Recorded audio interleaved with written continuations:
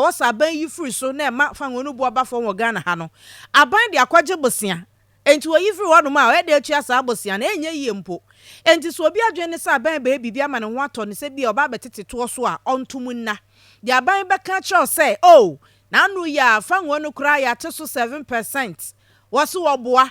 eye adwama so ena akwofom boa na akwofom enya ba we na ate so enti se na wote se asefa ngo boa no krese de emu ahenhan kakra baby ekokoto fa ngo bi ni no eho ne ate so enya ba we ya oh ene John Dramani Mahama wakasa pa na eno na owie ye no oba be kire mu se de energy sector levy ayetwa ni tiafra ne se esla abandi akwakwaje bosia wo ma kire mu se ye betua akwakosi 2035 no na emu bebire kura ne ye tie sa asem we ye nte asenso aba akwakoje na eso wadi sika dada tetefo de no abedi nemafo de edi da chinchiri masika kura ka ho eno no ode atudwa se sa esla no sei enye sa ba we di akwaje bosia nko yi edi free fa ngo so a anka ebe ma Ghana ye ho adwen enso ni nyina wo oje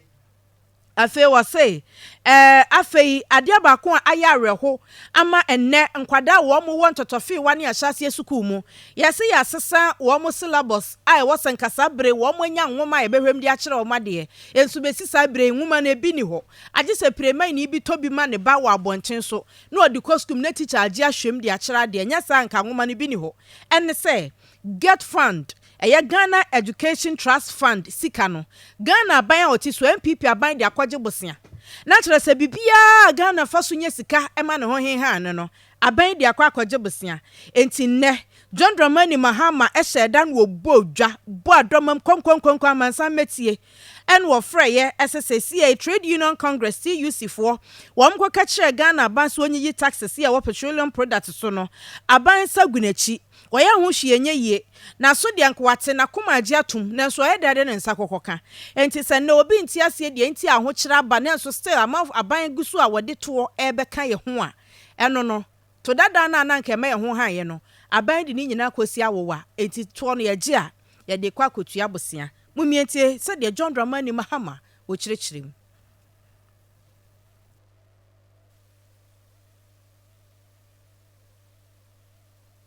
Enti John Dramani Mahama ena wo hwe no ewo Angel TV so no abra na official launch of Think Progress Ghana affected as every economy needs buffers so that when you get into turbulent winds you are not as affected as you should be. Unfortunately, this government destroyed all those buffers, and that is why when we got into the turbulence of COVID and now they've added Ukraine and Russia, they have no shock absorbers to be able to withstand the turbulence that is happening. Collateralization of all sources of revenue. And it's affecting them because those revenues are no longer available. They've taken them up front and spent them. But the more important thing is the effect it will have on our future and future governments. For instance, ESLA till 2035. It means that governments between now and 2035 are not going to have access to any extra ESLA revenues. And those are get fund, you know, they've used it to float a bond. And so they themselves and future governments, you know, would not have access to get fund revenues. And that is why I said the other time when the TUC asked that he should take some of the taxes off. I said some of the taxes they can't take off because they've collected the money and spent it up front. And so they're going to be part of our petroleum price build-up until the period for which they've been collateralized. Enti John Dramani Mahama ana kire se ese aban bia obeba na obebre papa enti sa obakra na Ghana fo so se ye ntefa ngo so na se ukwa koyi esla na free so a enye yie ana bia wo hia sika oni so ye woto bi e frɛ ne esla no ne energy levy tax ukwo akwado nsa akoka ye di tuaka enti 2035 mom na ye betua saka na wie tinye nneko Owieye ene wo se ese ne ure supermarket a amanfo roma wo mfa twitwiridie no oyi basket baako na wane basa kokom katetena na ye pia twitwiridie no ene ye jai esanse enema boy ya den no ede milk konko 7 cedis And that's a D back, the Anankati, a ton of a B 15 cities, a B 25 cities, a 250 pesos, and then 7 cities near dear. And was say, Nina will baby a free. A man will know, ye do musicanina, till the Akano dear, ye born the lassie. We still have the worst credit ratings in the over 20-year rating history of this country, while we remain firmly shut out of the international capital market. On the micro front, the parlous state of the economy is sending shockwaves through households with ever-increasing prices of goods and services, which have made the cost of living simply too high for the average Ghanaian. Food prices have shot up astronomically, and our people cannot afford 3 square meals a day. Indeed, I hear of some new formulas, 010 or 100 or 001. So some people cannot even afford more than 1 meal a day. Okay, somebody say that 000. I mean, if you don't have any money, you can't eat. Fuel prices remain at their highest level ever amid nearly weekly increases in the price of the commodity. In turn, transport operators continue to slap increments on transport costs, and this continues to affect the price of items on a daily basis. Government itself is struggling to meet its financial commitments in all sectors of the economy. At the center of this problem is the debt burden. The debt position and the debt servicing obligations arising from same are literally draining the very lifeblood of our economy.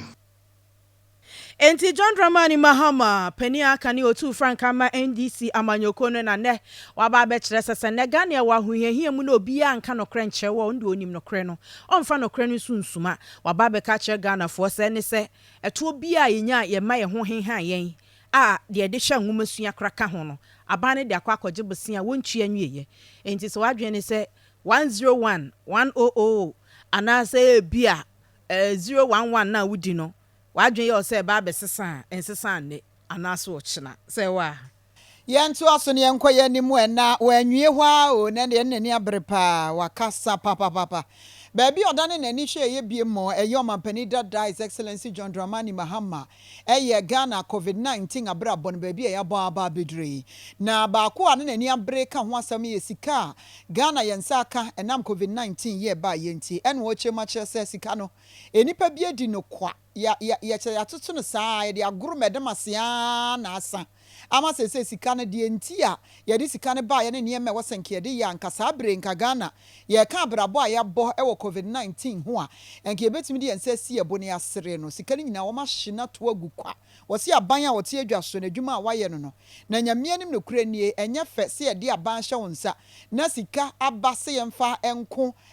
ente se wiase nyina eko na atoto ne basa saa masika na sa buhu akonta na akwakoye bibia ho toto papa so saa obi toto papa so ena omampani dada eche se nyamia nim nie enso ni kura omampani asema woka ena wo chema che se sika ba ye de na doso Ghana ha wo se Bank of Ghana kura ma yesika eno achi institutions ahodo afiri nkrofo amaso multilateral institutions ema ye Ghana yesika say yemfantu anamo se de be ya ebeboa ma covid no yebetimi abre ne ho ase wo se covid na ye ohawo de nanso akwanya bi bam ya sanke hwe ye tutu ye ne ma ye ho sika se me ho foto no ye tutu ne ye a enke betimi anya akwanya ma Ghana nka nei sebi impredua sanya ne sanke pa ye ho a ye nhunu ya sene mu yi omampani dada John Dramani Mahama eto aso no ene wo se ehwo akontabu a wo so afo hwe o mesika sem so bu ye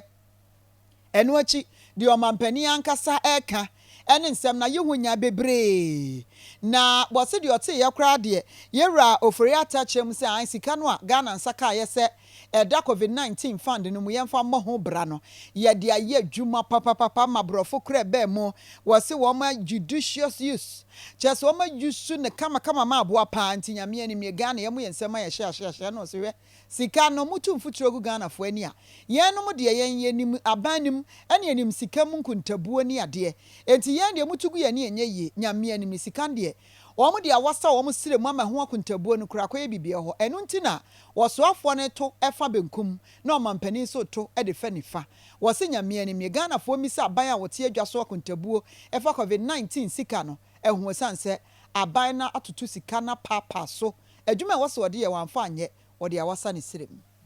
Economic problems we are facing stem from imprudent election-related expenditure and reckless decision-making in the management of the economy. For instance, the banking sector clean-out and the debt they inflicted on the economy, almost 22 billion, for really no reason, when you could have resolved the banking sector crisis with less injection of capital. And it's been done before. When Lloyds Bank was collapsing, the British government intervened and took equity in Lloyds Bank. Today, Lloyds Bank is one of the strongest banks. They've paid back everything the government gave them and taken their equity back. This also includes the way the windfall from COVID was used. As a result of COVID was an adversity, but in adversity is opportunity. As a result of COVID, multilateral institutions gave us money. We took extra money from the Bank of Ghana and just misused it. That money would have cushioned, this crisis that we're going through. The economic problems we are facing stem from imprudent election-related expenditure. Former President John Dramani Mahama Santo Asubiemu say NPP abinan saying what it is a munipa bi kan yankwa IMF biem yankwa IMF biem. Enti Ghana for me and say my auntie said the Ghana sebi ya prema afo a ye ho ne ma so yakwan krontie hia IMF na IMF okwa mfaso bi ene so afekra de om say free 1966 besi ne yakọ hwa mfaso bi enfri so mai tie wo say ye ne ana etoto ye ne ma said ebe ya ebe boa na afei ama ahodo bi kura ye benye ska mo ma be ye hobosia bo no say mo boa mo nsem a mo akeka ne mo am ne ye ama ye nti on say de wi asete wo ball ne kobo da ho say pan wa so ne besan ba en na san ba mo so a mototo papa so say de Ghana munya mo be kopa enso mo ama no ayimuka. We wish to serve notice going forward that the NDC in Parliament will not support any further non-concessionary borrowing or loans that are not project-specific with clear and unambiguous terms of the benefit to our nation. We will not partake in the destruction of the Ghanaian economy, which this government appears so bent on doing. It is evident, therefore, that the solution to the problem lies with taking the bold steps to restructure our debts, to get some relief from pumping far too much revenue into debt servicing on an annual basis and channeling the savings into priority areas that will benefit our people directly. The Akufo-Addo administration knows this too well, but political posturing, empty grandstanding, and a morbid fear of their own pedestrian politicking around less serious problems of the recent past have immobilized and frozen them into action. Inaction which continues to run our economy aground and worsening the living conditions of our people by the day. And with this, I'm referring to their criticism of my administration when we decided to go to the IMF. They said it's only lazy governments that go to the IMF. And I mean, the words they said in that past have come to haunt them. So one of the reasons why they're afraid to go to the IMF is that what they said in the past will follow them. I was here for and some no na wa mananso wa bi won said de bia meka say obia wo hu no haw no wo hu no haw ni wi e wo so otimi ma ye solution enti say wuni solution bia obede hu haw no enkoyi a wa obehu nti obekire ye say de ne yenye na aboa me akoye no se maka ni nyina awie sa na menwie eyi asensan abode de etwa to ani ene wo se hwe me ma ba ne solution enie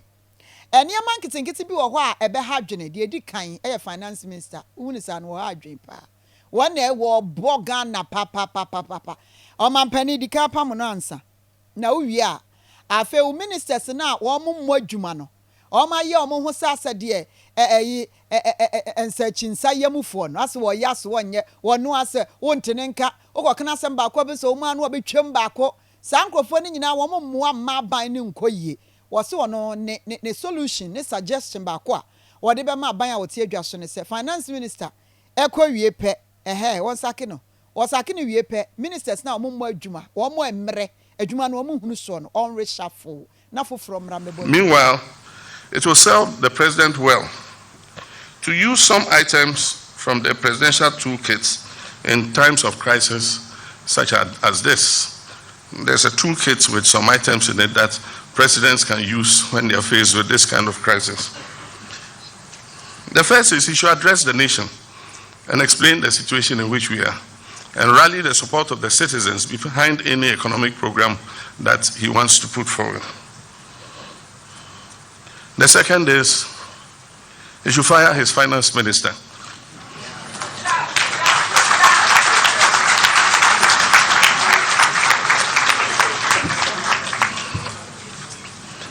And the third is he should conduct a major shake-up of his government to remove all the many dead woods that have turned ministries into their kingdoms. And then finally, he should